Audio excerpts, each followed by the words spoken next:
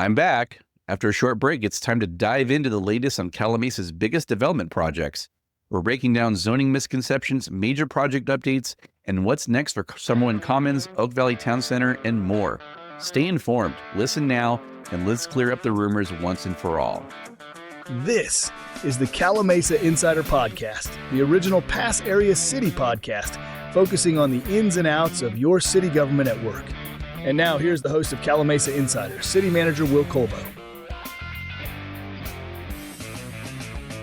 Hello again, everyone, and welcome to the show. Glad to be back at it. It was a rough week last week. I'll get into that in just a minute. Thank you for all the well wishes from those that commented on Instagram, except for that one person that completely glossed over the fact that I was sick to write in all caps, "Stop developing." There is one simple solution to that. Buy up all the property in the city, then you don't have to worry about development because you would have full control over its fate. I mean, it's just as simple as that. Buy the land, don't let it get developed, and there you go. Other than that, you can't really tell private property owners what to do. I mean, you can limit it, you can try to restrict it, but at the end of the day, there's really, they have a lot of rights as property owners, and I think that anybody that owns a home wants to be able to be free to do what they want to do with their homes too, right? So anyway, it's been a rough go around the Kolbow household this week. After I was sick last weekend, and like I said, I was pretty out of it pretty much the entire time, which is why I couldn't come back and record. And I think you can tell I'm still not completely recovered, but I'm a lot better than I was. My wife and one of my sons also came down with it, but my wife had it the worst out of anybody. I will tell you that. But everyone appears to be past it for the most part. Some lingering coughs. I have that. I have some lingering congestion. My wife, it keeps maybe having some relapses. So it's been rough. So 3 weeks ago, I shared, it's hard to believe it's been 3 weeks. I shared updates on our most of our capital projects except for County Line Road, which, as I said, I will be doing an episode on just that project in the near future.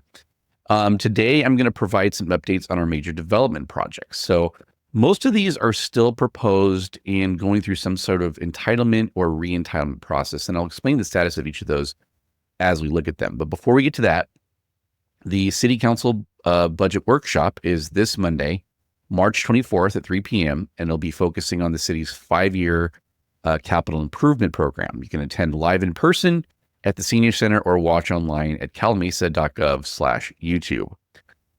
We're also going live with our online permitting portal powered by OpenGov this Friday, March 28th.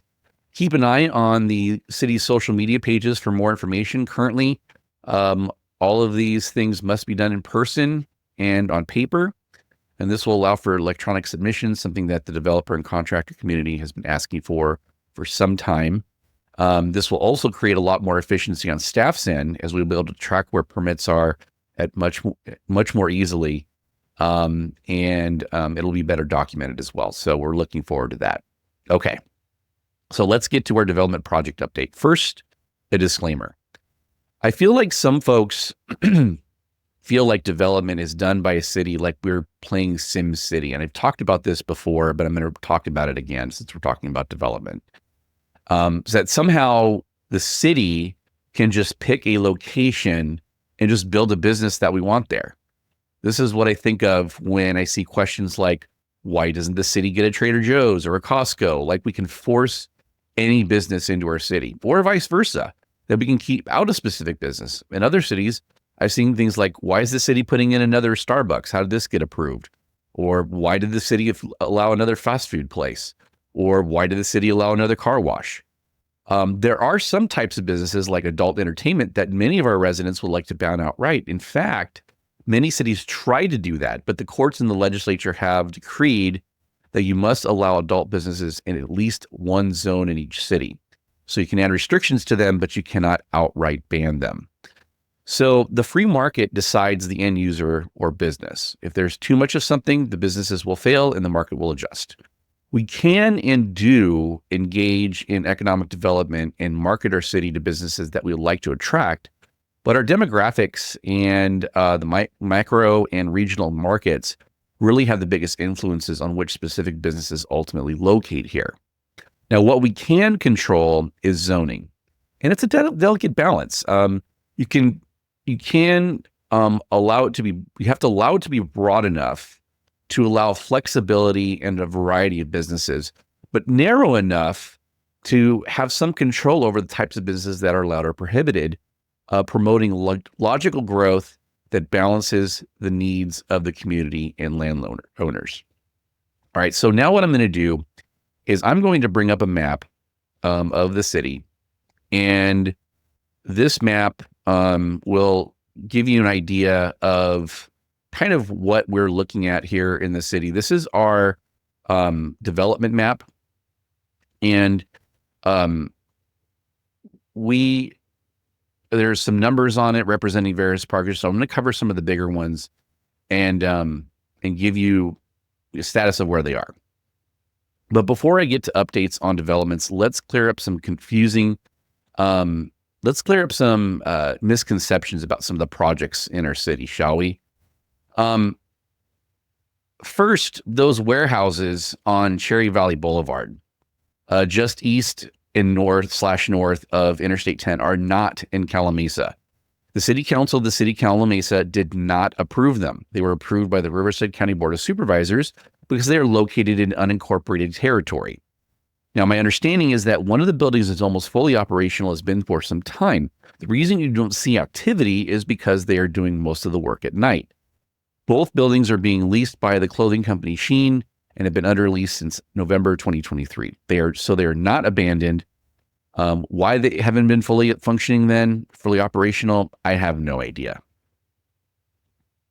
Now let's focus in on this area outlined in red. And if you're listening and not watching the podcast, we're focused in on kind of the center of the city where Oak Valley Town Center is. The Oak Valley North project on the opposite side of Interstate 10 from Oak Valley Town Center has no relation whatsoever to the Oak Valley Town Center project, other than Bircher Development had been working on both projects with separate capital partners.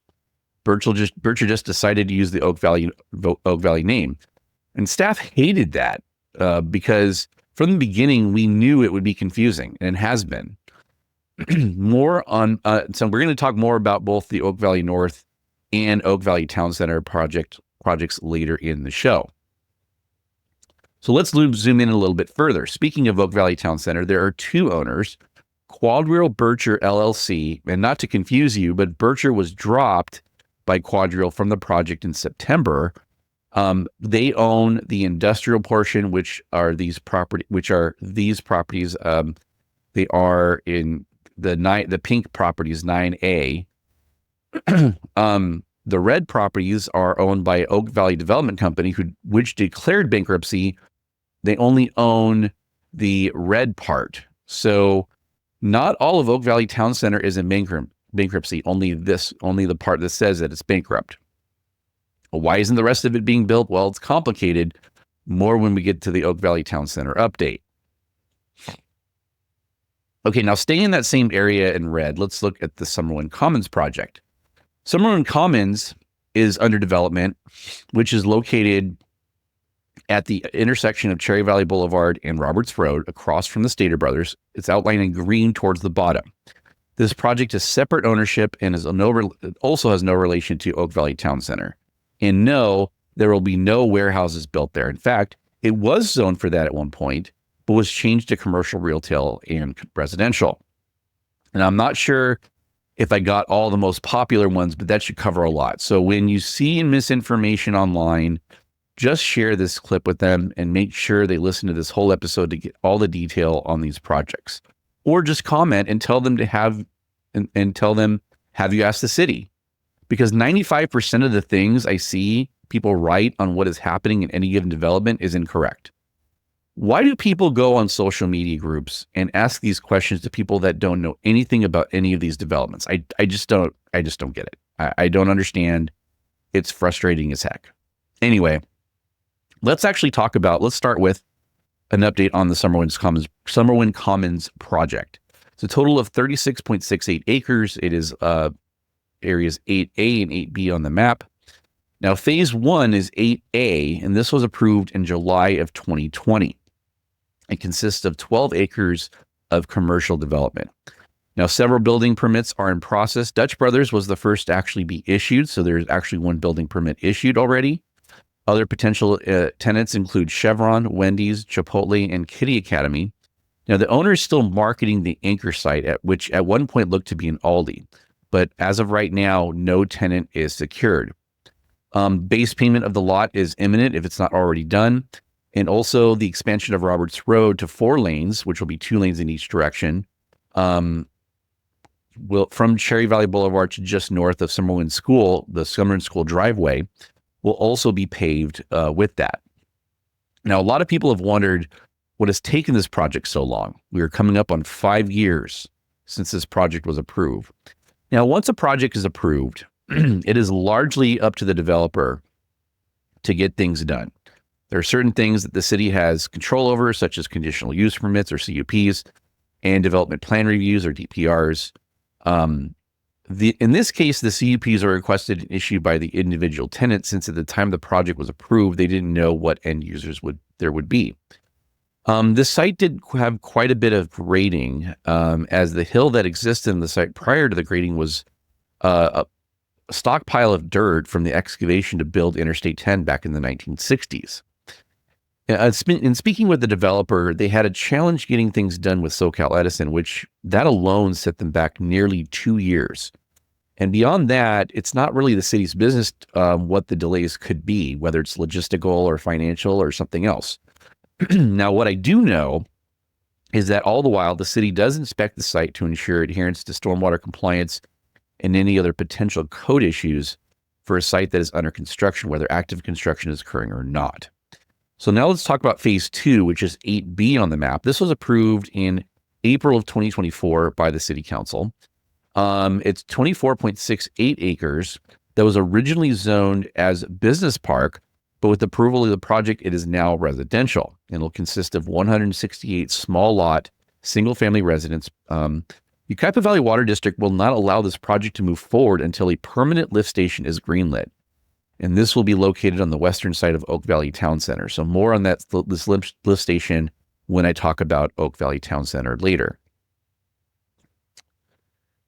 The Summerwind residential phases 2 through 5, and that, again, I want to note the name on this too. It's Summerwind, singular, not Summer Winds.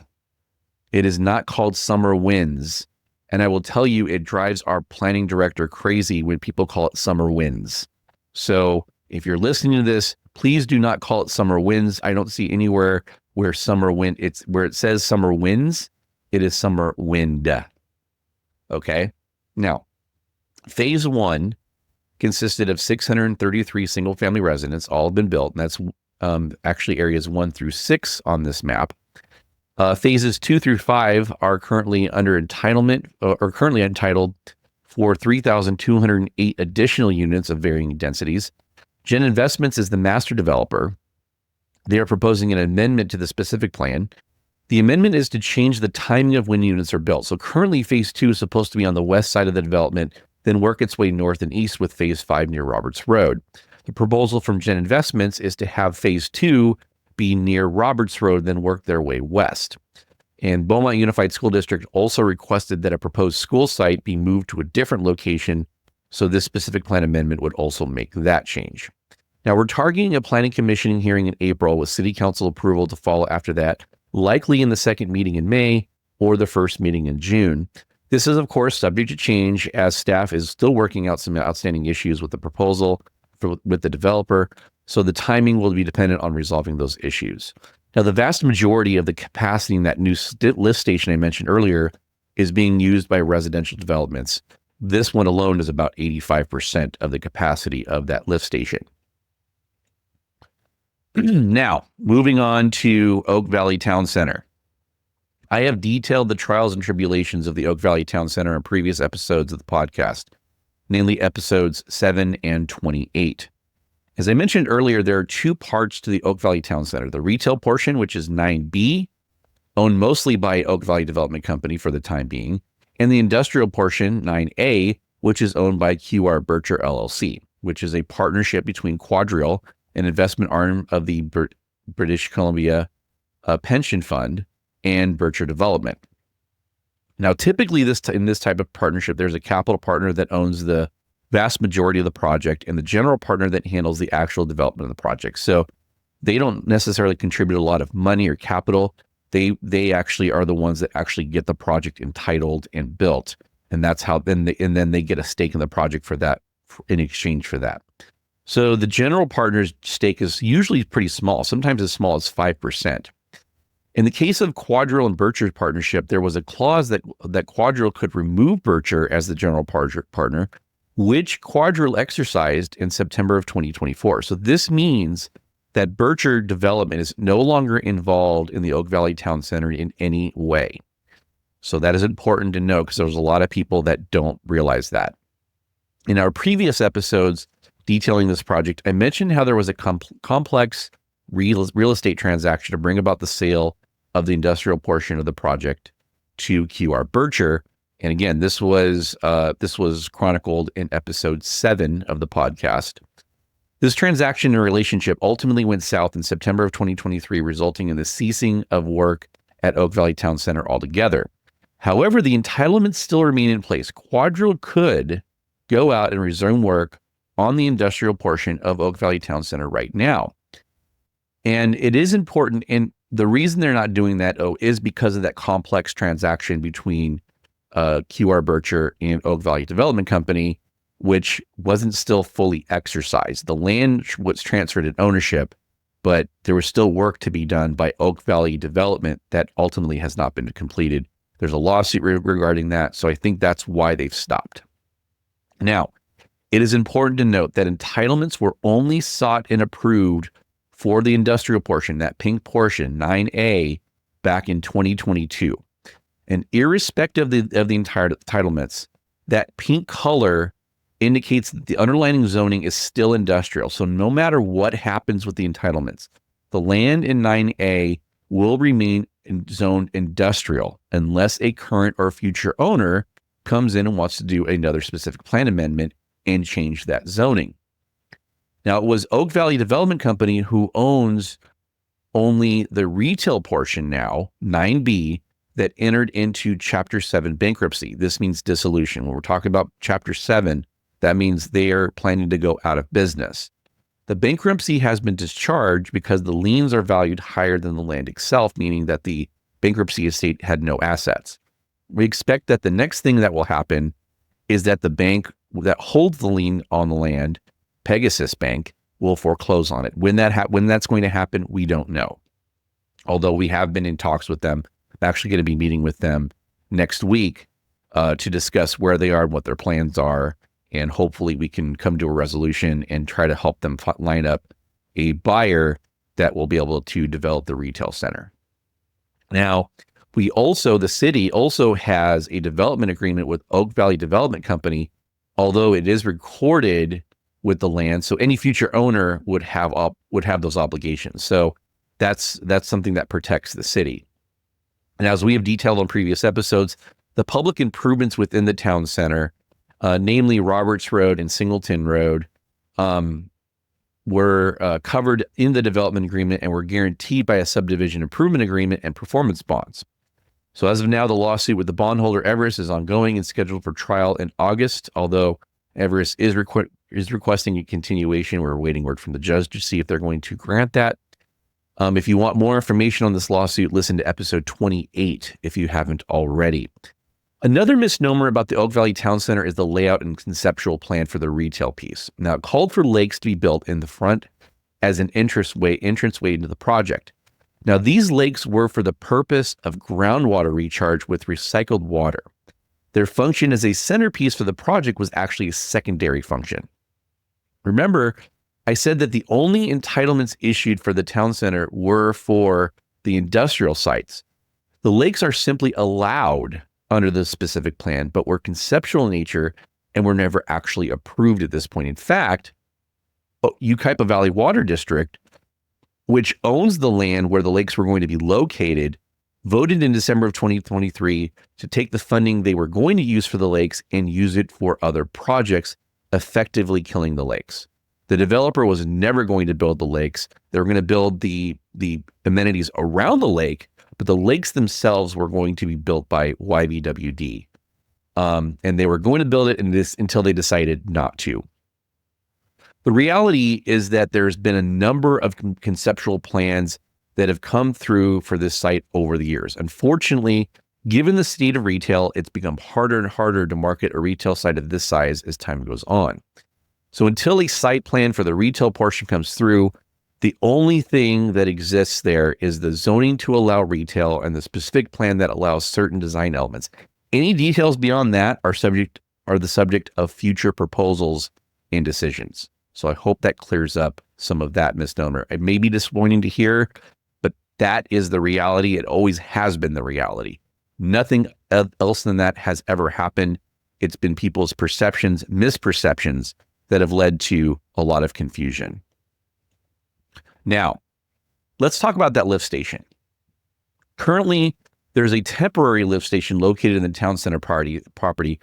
It is that fenced off area that is near the pedestrian bridge on the north side of Summerwind Phase 1 at approximately the spot marked on the map that I've marked here on the map.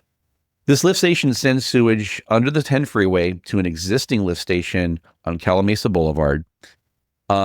This is where those Tesla battery stations are along the what's known as the Stearns property, where Oak Valley North was proposed. So that's what we're talking about. This lift station can support now the temporary lift station can support existing development and several hundred more residential units from Phase 2 of Summerwind Ranch. The ultimate plans call for a larger lift station to be built on the western side of the Oak Valley Town Center and a force main that will go from that location up along New Roberts Road, across the Gardner Wash, up to 7th Street, passing by Sammy's and Jack in the Box, and will ultimately end up at the sewer treatment plant north of County Line Road. Now, if that sounds like a large project, it is. The estimated cost is about $35 million. So, the cost will be shared among the developments that'll use it. That'll include the Summerwind Residential, the Oak Valley Town Center, industrial and retail developers, respectively, Summerwind Commons, and the Reedman subdivision, located on Desert Lawn Drive, just east of the Summerwind Residential Phase 1, which we will discuss that project briefly in a moment. Now, the holdup is that the Ukaipa Valley Water District does not want to advance the financing until there is resolution for the retail portion of Oak Valley Town Center, because they have to participate in the financing so that the project can be fully financed by developers. However, this means that other developments cannot move forward, most notably Reedman, and as I mentioned earlier, Summerwind Commons Phase 2. So infrastructure challenges are also an issue that's hindering not only progress at Oak Valley Town Center, but it's potentially hindering progress on other developments as well. Now, speaking of Reedman, the Reedman subdivision was approved by the Planning Commission in April of 2022. Now, since it conformed with the zoning, the City Council approval was not required. It only required Planning Commission approval. Now, the first of 6 possible extensions was approved by the Planning Commission in January of 2024. Extensions of subdivision maps are in accordance with state law, most notably the Subdivision Map Act. And this project calls for 191 single-family residences on 44 acres. And yes, all of these approved agreements have will-serve letters from the water district saying, yes, we have the capacity to serve this now and into the future. So just keep that in mind. For anything that's been approved, the water district has scrutinized it and ensured that they have an adequate supply of water to serve all of these communities. Now, let's talk about the Oak Valley North Specific Plan, 92 acres, number 15 on the map. This project was supposed to have 4 warehouses just under 250,000 square feet apiece.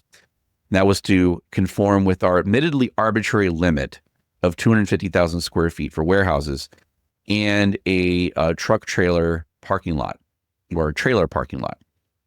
The specific plan would also include land for a church and high-density housing. It was recommended for approval by the Planning Commission in July of 2024. However, after a couple of continuances at the city council, the applicant has never asked for a public hearing to be scheduled with the city council. Since then, it is now my understanding that the applicant's contract with the owner, the Stearns family, has expired and that the property is actively being marketed again. So the applicant, which is Bircher Development, has not officially withdrawn their application, but given these facts, the likelihood of this project being brought to public hearing for approval appears to be very low, meaning that the project is likely dead. And so there were a lot of concerns with this project, I know. So take that for what it's worth. It may end up being good news for you if that's the way you feel about it. From staff, I stay neutral, but I know what the community was saying about it. Let's talk about Mesa Verde and the northwest portion of our city. So this project was part of the original Oak Valley specific plan adopted by Riverside County in 1988, before we even became a city. Subsequently, the project was split, with Summerwind Ranch being approved in 2005 and Mesa Verde being approved in 2007. This project was re-entitled in 2017. This increased the unit count for homes from 3,450 to 3,650. So the 2017 specific plan amendment is the currently approved and entitled project. Now, Shopoff purchased the project in 2021 and is currently in the process of requesting a specific plan amendment. This amendment would add over 4 million square feet of industrial land and keep the 3,650 residential units that exist today. There's also some mixed-use commercial, which will remain as part of the project. Part of the planning areas in the industrial area would include potentials for medical or vocational uses. So think trade school, satellite college campus, medical center, something like along those lines. That was something that staff pushed for and that the developer has agreed to. Now, again, there's a lot this shows a lot outstanding on this, but that is one of the things that we were able to get out of it. We're trying to get other things, obviously. So the residential count has to remain 3,650. And by the way, what's shown on the map is the currently entitled project. It's not the proposed project. So I just want to be clear on that as well. It does propose more park space than was actually contemplated with the currently approved plan. And again, the 3,650 residential units has to remain that way. It cannot be lowered because of state law SB 330. So the proposed specific plan amendment is currently undergoing an intense staff review, which has been going on for nearly 2 years now. A draft subsequent environmental impact report is being prepared and will be released for a 45-day review at some point in the near future, although the exact date is unknown at this time. And there was a scoping meeting for the EIR. This was done on May 31st, 2024. And you can view it on the city's YouTube page at calimesa.gov/YouTube. And again, nothing has been decided on this project, and there will be plenty of opportunities for public input. So rest assured, there's going to be notice, there's going to be hearings, there's going to be plenty of time for people to comment on the project. Moving along to the 5th Street Townhomes project, number 22 on the map. This project is one of the lots that was included in the residential infill priority area overlay zone, a critical component for getting the city's housing element approved by the California Department of Housing and Community Development. So when we went through this, it did cause some controversy. There was some compromise made by the city council, but ultimately this was required for us to be able to have a compliant housing element with state law. So the TRAP Act subdividing this project was approved by the Plan Commission in 2024 or July of 2024. And again, that did not require city council approval. It just required a tract map only requires approval of the city council as long as the tract map conforms with the underlying zoning. And it will consist of 120 condo units. It's important to note this is a market rate development. This is not subsidized housing, so it's important to note that as well. Sometimes people have misperceptions about anything that's not a single family house. In this case, this is market rate condo for sale product. The Sandalwood Travel Center is one that I hear about from time to time. This is a 9-acre plot of land just north of Jack in the Box on 7th Street along Interstate 10. So the travel center is proposed for the southern third of the property. In other words, the part right next to Jack in the Box. It proposes to construct a travel center to consist of a truck stop, diesel fuel station, convenience store, and a passenger vehicle fuel station. The applicant team is currently working through environmental mitigation issues, and because of that, there hasn't been much activity. The applicant for the actual travel center project is not the owner, and so I think part of what they're dealing with is who's going to be responsible for that environmental mitigation. The owner is saying that they're not responsible for it, that they've already done it. There's no documentation of this, though. So there hasn't been a lot of activity at the city lately. I don't know if there's anything going on the applicant's end. So I don't know if or when this is going to come forward for public hearing. It's still probably a long way off, most likely. Moving on to JP Ranch East. So the JP Ranch Development Agreement track map was approved by the council in 2004. And then JP Ranch West, which is just to the west of the circled area in the gated community of JP Ranch, this was mostly built in the late 2010s, and a second phase, which is what's circled here, was planned as part of the project. However, the development agreement and the track map expired at the end of 2024 for the second phase. And part of that's because there are two different owners in the land. Now, this actually was proposed as 478 residential lots. And with the ownership dispute, they haven't been able to come through with that. So we do have another application in from one of the owners, the eastern part of the property, that she owns property along the east side, and then also property along the north side of the project that would connect into Bryant/Singleton.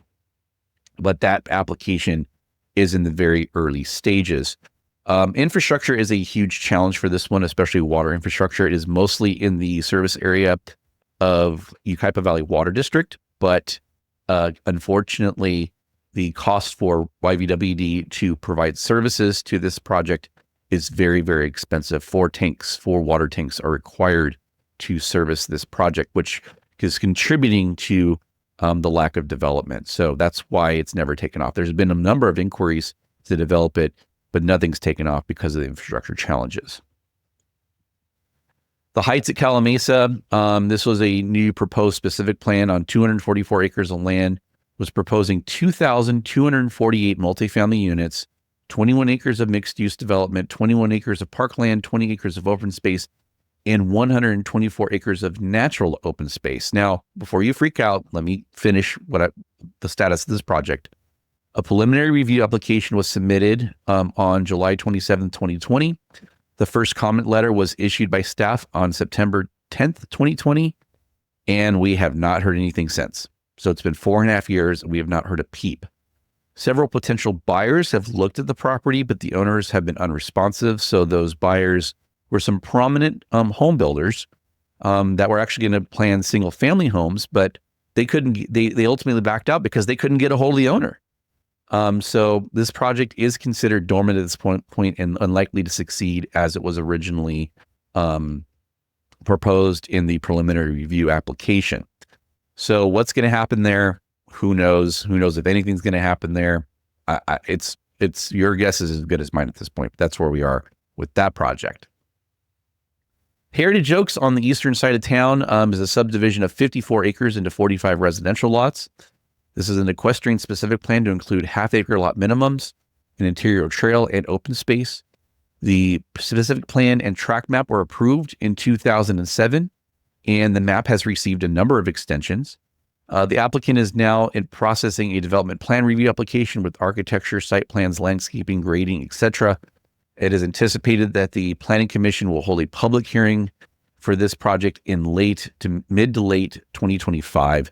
And again, this one also, because it's a specific plan that was required and the project that they're proposing conforms with that, no city council approval will be required for this project when it comes forward because it was already approved. The specific plan was already approved by the city council.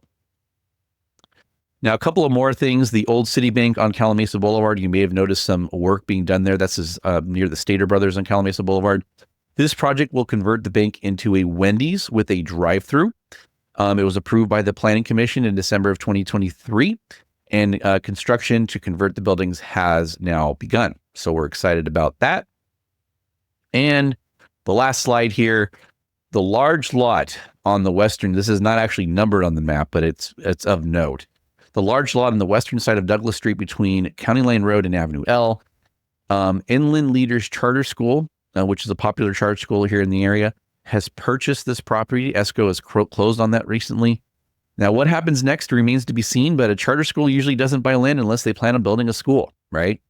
The now former owner had proposed to develop the property into residential lots for many years. I went and actually saw a development update map from 20 years ago that showed development of 19 residential lots on this property, but he was never able to make it financially viable for him. So, by the way, a school is allowed in a residential area and only requires a conditional use permit approved by the Planning Commission. Unless they want to plan to do other things that require city council approval, it will likely only require the approval of the Planning Commission. And it's a conditional use permit, which means you have to have compelling reasons not to approve it. And given the popularity of Inland Leaders, we believe that this will be a very popular project, maybe not among the people on Douglas Street, but certainly probably with the community at large. So that is our development update.